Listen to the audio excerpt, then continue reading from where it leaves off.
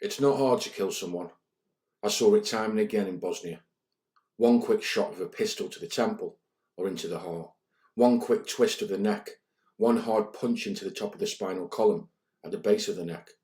Killing is easy, and the fear of killing haunts me, that one day I won't stop until it is too late and I have taken an innocent life. However, we did have big problems with Anthony K. He was a hard man, a hood and a thug, who had made some money and had recently moved to Wilmslow. I suppose in some twisted way he thought he could fit in with the Cheshire set. He had decided that the rectory was going to be his place, where he could do what he wanted, act as he pleased, and cause whatever trouble he desired, and that no one would dare to lift a finger against him. I met him the first Thursday night I worked. It wasn't busy, and I was on my own, standing just inside the front door as it was getting cold, and I didn't have a decent outside jacket. Anthony walked in with his brother and a couple of pretty girls. At around 17 stone, Anthony K is a big guy, a bodybuilder, not tall, but broad, the usual shaved head and quite menacing to look at. He obviously took steroids, which would have made him quite strong as well. According to rumour, he was also once a semi-pro boxer. He looked the part, with scars on his head and face that had seen some battles. He came into the rectory at around 11 p.m. He stopped briefly on the door, said hello, shook my hand, and said he recognised me from the gym I trained in at Altrincham.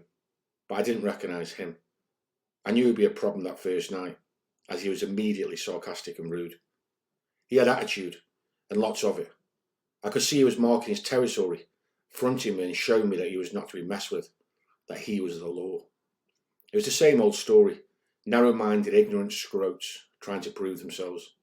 I would have had so much more respect for the guy if he were polite and civil, if he took a little time out to have a chat, to perhaps offer a drink. But no, he decided to walk into the rectory with his high and mighty attitude, and now that the previous firm was no longer running the door, Anthony believed the rectory was going to be his. Holding up his girlfriend's coat, he whistled to me from the bar and beckoned for me to come over and take it. Of course, I ignored him, thinking what would be the best way to deal with him.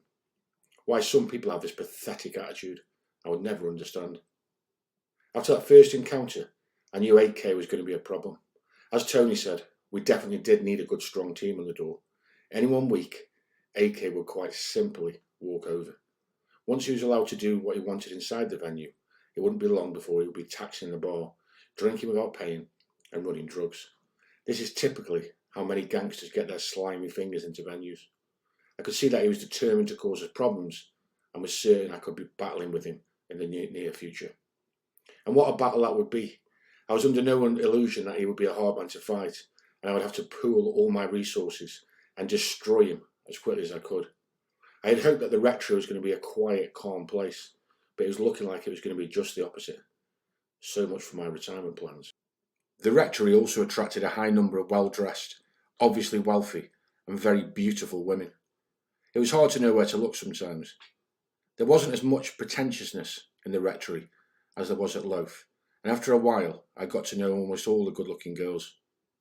The standard address was no real reason to stop Anthony K coming in. He had money, drove a BMW M5, and was normally well dressed. But I didn't like his attitude, and didn't want him in. I intended to make this clear to him on his next visit. I planned to tell him that he was welcome if he dispensed with a bad attitude and respected the staff. Otherwise, we would have no choice but to bar him. However, barring him would be a problem, and I was sure we would end up fighting. I had been in the business too long to expect anything else from these sorts of scumbags. They like to menace and threaten, and rule their territory with fear. I knew it would soon become personal between AK and me, which I didn't really want. He looked menacing. He had a reputation. I didn't really want to fight him. I knew that if it looked as though I was losing, I would have to resort to some of the nastier tactics I had learned in some of the worst environments around the world. And I didn't really want to go down that road again. I was struggling with myself. What frightened me most was not brawling, but going too far. I was still frightened that I would actually kill someone. For 8 years since Bosnia, I lived with the fear constantly inside me, the fear that someday I would snap, lose all self-control, and end up for the rest of my life looking through the bars of a jail. It's not hard to kill someone. I saw it time and again in Bosnia. One quick shot of a pistol to the temple or into the heart. One quick twist of the neck. one hard punch into the top of the spinal column at the base of the neck. Killing is easy, and the fear of killing haunts me. That one day I won't stop until it's too late and I've taken an innocent life. Although in the winter, when it was dark, it was hard to make out faces, it still gave us a little time to assess those approaching before they got too close. Even in winter, we could generally see if they were decent or not. You can tell a scumbag a mile away. They have a walk and a posture that is quite distinctive. And of course, by the way they dress. I think there is definitely scrote style, like a sort of club for scrotes, where you can easily identify other like-minded scrotes from the way they are dressed. Standing on the front door that evening, I could see Anthony K walking down the driveway with his brother, Bubba, and another even bigger bodybuilder with about 10 other scumbag kids. All no more than 18 or 19 years old, and all looking scruffy in t-shirts, hooded tops, trainers and tracksuit bottoms. This wasn't looking too good. There were 13 of them, far more than David and I could handle on our own. Dave was standing behind me, and we both knew we were going to have a big problem. Anthony and his scroty-looking crew walked past the queue and straight up to the front of the door.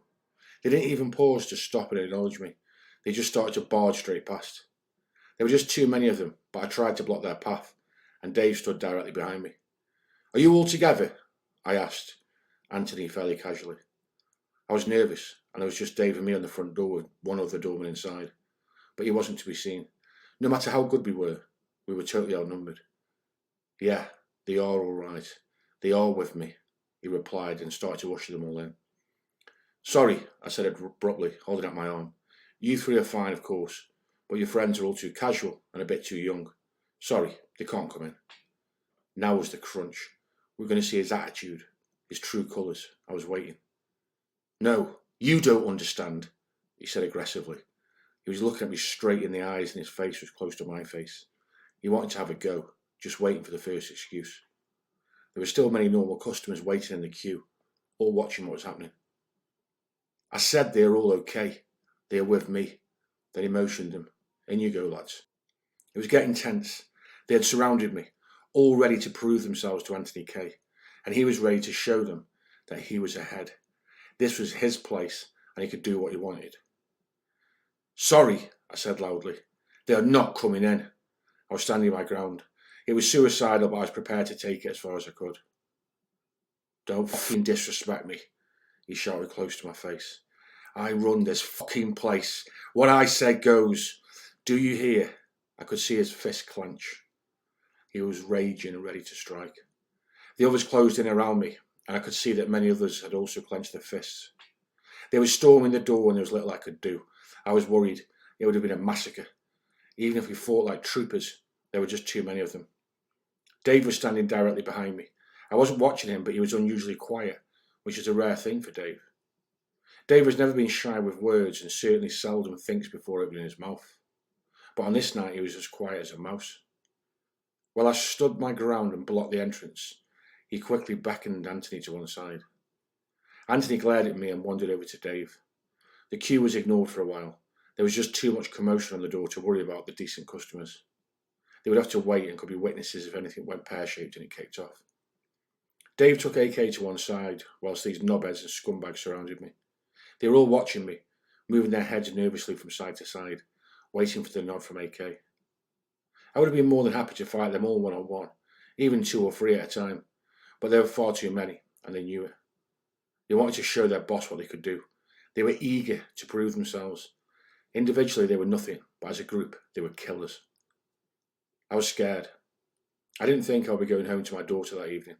I didn't think I would be seeing her again. Once they got going, there would be no stopping them. I would battle for as long as I could, but it wouldn't take long for them to overpower me, to have me on the ground, and that would have been that. There would have been little I could do. I really wasn't bothered about myself. I just thought of my lovely little daughter and didn't want her to wake up on a Sunday morning without her daddy.